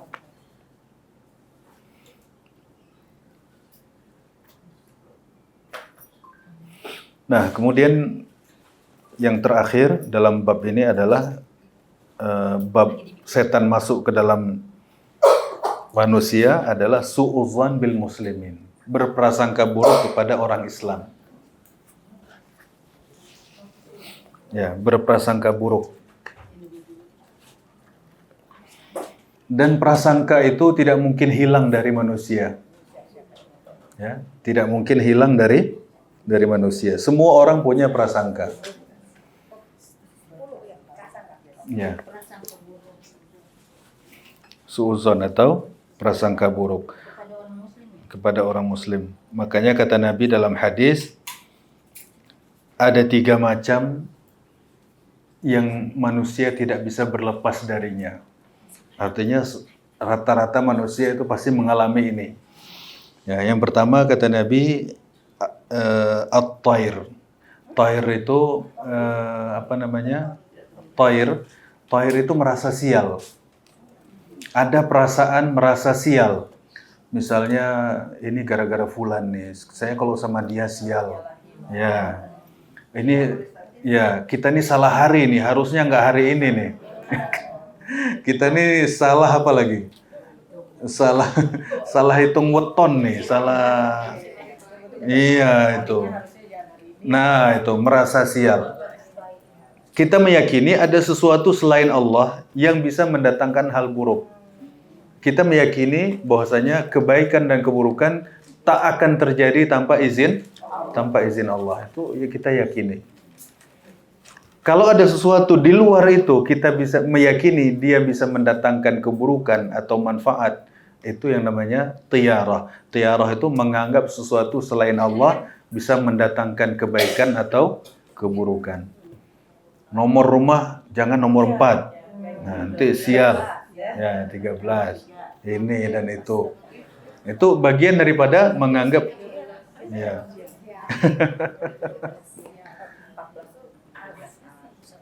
Diganti gitu. Iya, 3A. Katanya termasuk rumah sakit Islam nggak ada katanya. Nomor 14. Ini syirik ini katanya. Bukan syirik Ustaz katanya.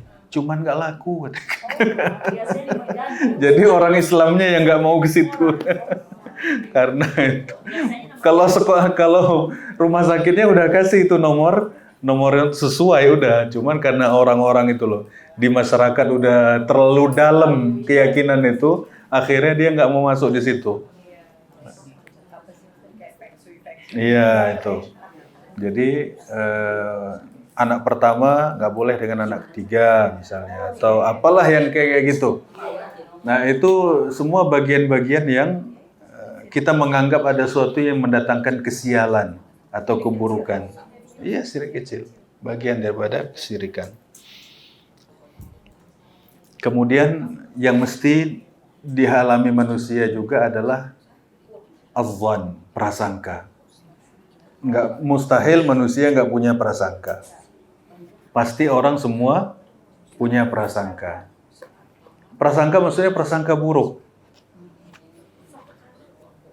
Tapi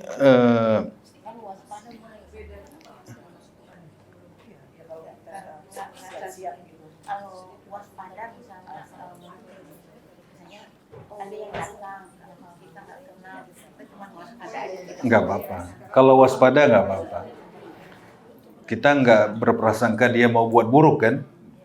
Berbeda. Jadi kalau prasangka ini kita membayangkan kalau dia itu melakukan ini dan itu. Kita membayangkan dia mau buat ini dan itu atau sudah berbuat. Namanya prasangka. Makanya dalam hadis Rasulullah menyebutkan iyyakum wadh-dhann fa inna dhanna akdzabul hadis. Janganlah engkau berprasangka buruk karena prasangka itu adalah sedusta-dustanya perkataan. Jadi kalau orang berpegang kepada prasangka itu dia berpegang kepada sedusta-dustanya perkataan. Paling lemah. Orang kalau mengandalkan prasangka itu adalah dalil yang paling lemah yang dia punya. Makanya di dalam bisa kita lihat juga dalam surat Al-Hujurat. Al-Hujurat ayat 12. Ya ayyuhalladzina amanu ijtanibu katsiran minadh-dhann. Hai orang-orang yang beriman, jauhilah oleh engkau prasangka-prasangka. Inna ba'dadh-dhanni itsm. Sebagian dari prasangka itu mendatangkan dosa. Al-Hujurat ayat 12. Ya, surat 49 ayatnya 12. Kemudian yang ketiga yang mesti dialami oleh manusia adalah al-hasad. Ya, hasad ini mesti ada orang. Mesti aja ada orang nggak suka. Ya, karena asbab macam-macam. Kita asbab pintar, kaya, lebih dikenal, lebih dihormati orang, lebih disegani orang.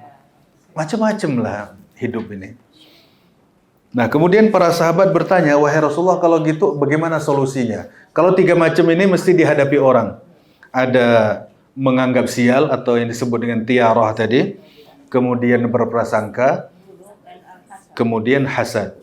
Bagaimana caranya? Kata Nabi, kalau engkau berprasangka buruk, kalau engkau menganggap sial, maka abaikanlah.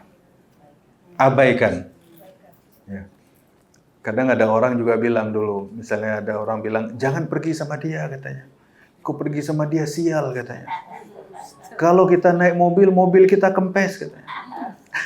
Kalau kita naik motor, bannya bledos katanya. jangan pergi sama dia, itu orang sial. Jadi kata Rasulullah apa? 3 macam ini tadi mesti dialami orang. Kalau engkau berprasangka, kalau engkau merasa sial, maka abaikanlah. Kalau engkau berprasangka, maka janganlah engkau cari-cari kesalahan. Jadi kalau engkau berprasangka, jangan engkau cari-cari. Misalnya kita nih, kayaknya dia nih. Kata Nabi apa? Jangan engkau cari-cari. Jangan engkau konfirmasi. Ya, kalau prasangka jangan engkau konfirmasi. Jangan dicari-cari. Kalau ada orang sih Ustaz yang setiap dia pegang handphone orang itu dosa. Jadi temannya bilang dia kasih pegang karena dia punya itu terlalu tinggi. Oh gitu. Sinyalnya kuat. Sampai handphone itu asal dia pegang Rusak. itu bukan prasangka tapi kenyataan. Oh gitu. Memang komposisi badannya berbeda. Iya, iya. Ya, ini semua yang disebut oleh penulis asbab atau jalan-jalan setan mengganggu manusia. Jadi ini ada banyak sekali. Ada hasad, ada ragus, ada sifat marah. Dan segala macam yang kita sebutkan tadi ini adalah pintu-pintu masuk setan. Banyak sekali. Ya, bagian dari talbis. Ya. Bagian dari dia masuk untuk mengganggu manusia. Pintu-pintunya. Makanya pada saat kita melihat poin-poin ini, kita lihat bisa kita hindari insyaallah. Wallahu a'lam bishawab. Ini udah zuhur? Oh belum. Oh ya, masih ada 10 menit. Ya. Silakan kalau ada yang mau didiskusikan. Ya, silakan. Tadi mengatakan di awal ya bahwa setan itu lebih tahu daripada diri kita, ya kan? Ya. Nah, ini kan ada gini Ustaz. Setiap manusia yang dilahirkan itu kan dibaringkan dengan psikolin ya Ustaz ya. Ya, betul. Apakah psikolin itu yang mengajak kita untuk baik atau jahatnya itu? Apa kolin itu teman kita pada saat dilahirkan?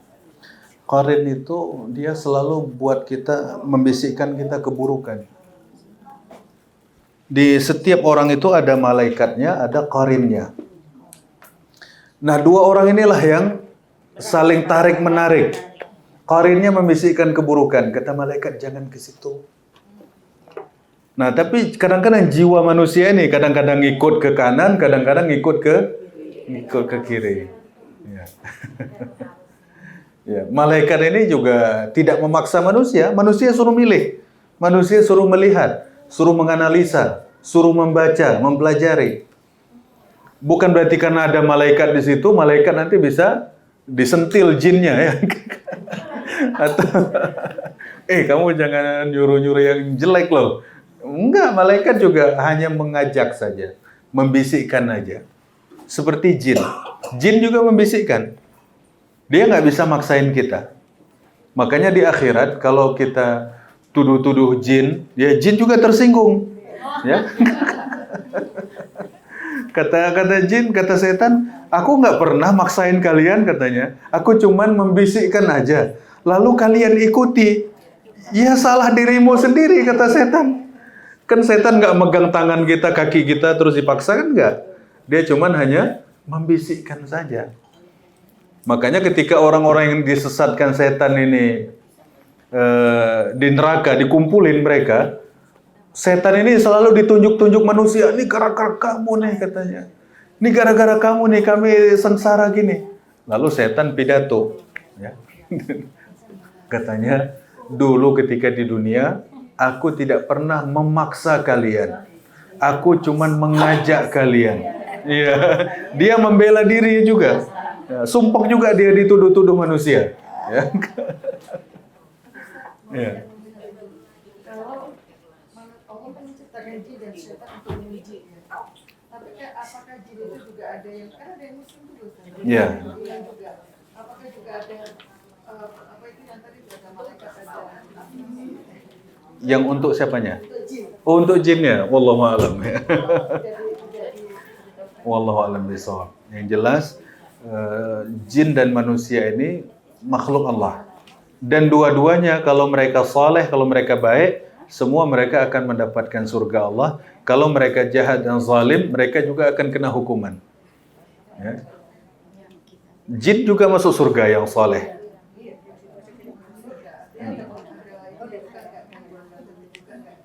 Wallahu a'lam bishawab.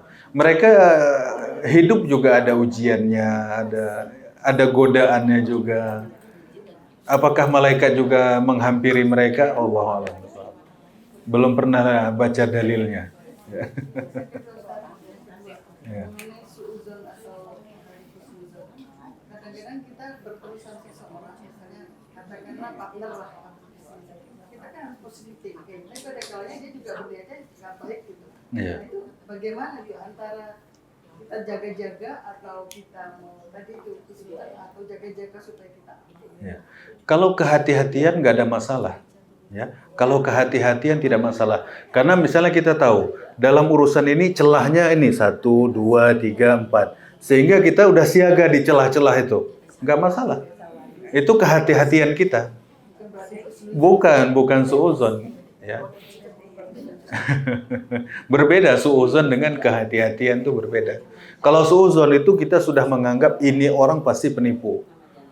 Ini orang pasti begini, ini orang pasti begini. Belum muamalah aja kita udah punya prasangka. Kalau kita misalnya punya sistem, kita harus melalui tahapan ini. Sebagai bentuk kehati-hatian, itu nggak ada masalah. Itu bagian ikhtiar yang baik. Ya. Jadi kita orang Islam juga punya manajemen yang baik, punya sistem preventif yang baik, ya harus ada. Jangan bermodal tawakal, udah tawakal aja lah. Semua nanti udah kepentok baru nyalain orang ya enggak? Nah, itu. Ya, nyalain Allah juga ya. Itu padahal bedanya tipis antara itu dan iya. Ada hal lain? Tanya satu lagi. Iya. Yuk. Ya, sebenarnya saya kadang-kadang biasanya suka kan oke gitu Ustaz ya.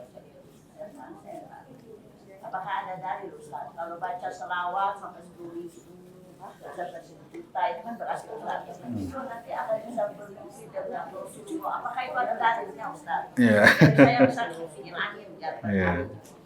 Dalilnya nggak ada. Dalilnya nggak ada. Ya kalau kita selawat aja. Berapa mampu? Ya mampu 100, mampu 1000, mampu 2000 2000, terserah. Tidak, itu mutlak. Mutlak itu tidak dibatasi angka. Kalau orang membatasi angka harus ada dalil. Karena itu sifatnya mutlak. Sesuatu yang mutlak bebas tidak boleh dibatasi kecuali ada dalil. Dan sesuatu yang sudah dibatasi dengan dalil tidak boleh dilampaui. Contoh misalnya, habis sholat kita disuruh istighfar 3 kali, tasbih 33, tahmid 33. Itu dibatasi jumlah dan ada dalilnya.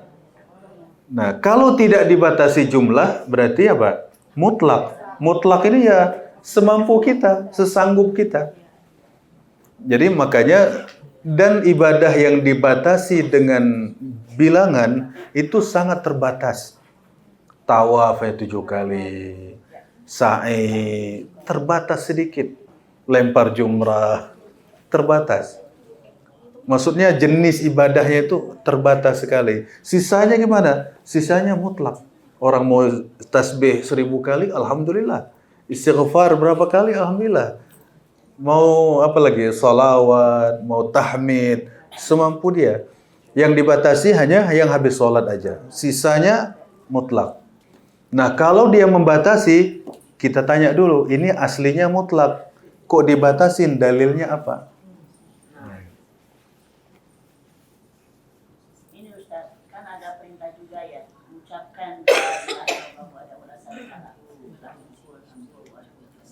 banyak 100 kali, ini kan ada dalilnya Ustaz ya. Atau kita karena malas ngitung gitu Ustaz, kita kira segini lah, bisa nggak Ustaz? sebanyak-banyak maksudnya segini mungkin ya mutlak itu nggak usah pakai jari gitu Ustaz. Nah, kalau kita ingin mengamalkan sunnah yang disebutkan 100, ya kita harus hitung. Kalau kita mau mengamalkan jumlah itu, ya misalnya baca hasbi Allah berapa, ada yang 7, ada yang 100 kan?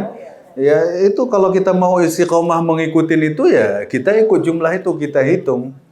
Tapi kalau kita maunya yang versi mutlak, ya sebanyak-banyaknya. Ya, ada mutlak, ada muqayyad. Muqayyad itu terbatas. Ya, muqayyad.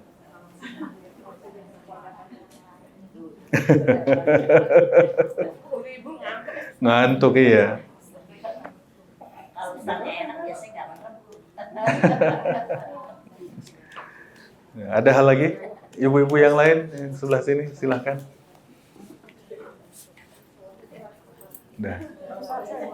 Iya. Orang bangun rumah, Hmm. sebelum bangun kan di atas suka ditaruh apa,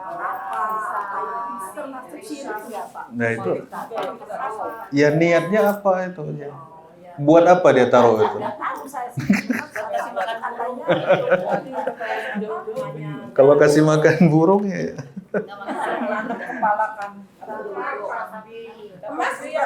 Ada emas juga. Itu tadi, kalau tujuannya aja sebagai perlindungan, menolak sial, nggak boleh. Nggak boleh. Makanya tujuannya apa dulu tadi? Kalau mau ngasih makan burung, ya boleh. Tapi kalau tujuannya misalnya menolak sial, sebagai perlindungan, sebagai anti santet, nah itu nggak boleh. Anti santet. Iya betul Bu. Kalau dulu pernah lakukan kita masih jahiliyah. Iya Obat aja ya. betul. Memang banyak orang-orang zaman dulu ya rata-rata pakai itu. Dulu nanti akan diperjelas lagi insya Allah. Demikian mudah-mudahan bermanfaat bagi kita semua. Kita tutup dengan kafaratul majlis. Subhanaka Allahumma bihamdika asyhadu an la ilaha illa anta astaghfiruka wa atubu ilaik. Assalamualaikum warahmatullahi wabarakatuh. Waalaikumsalam warahmatullahi wabarakatuh.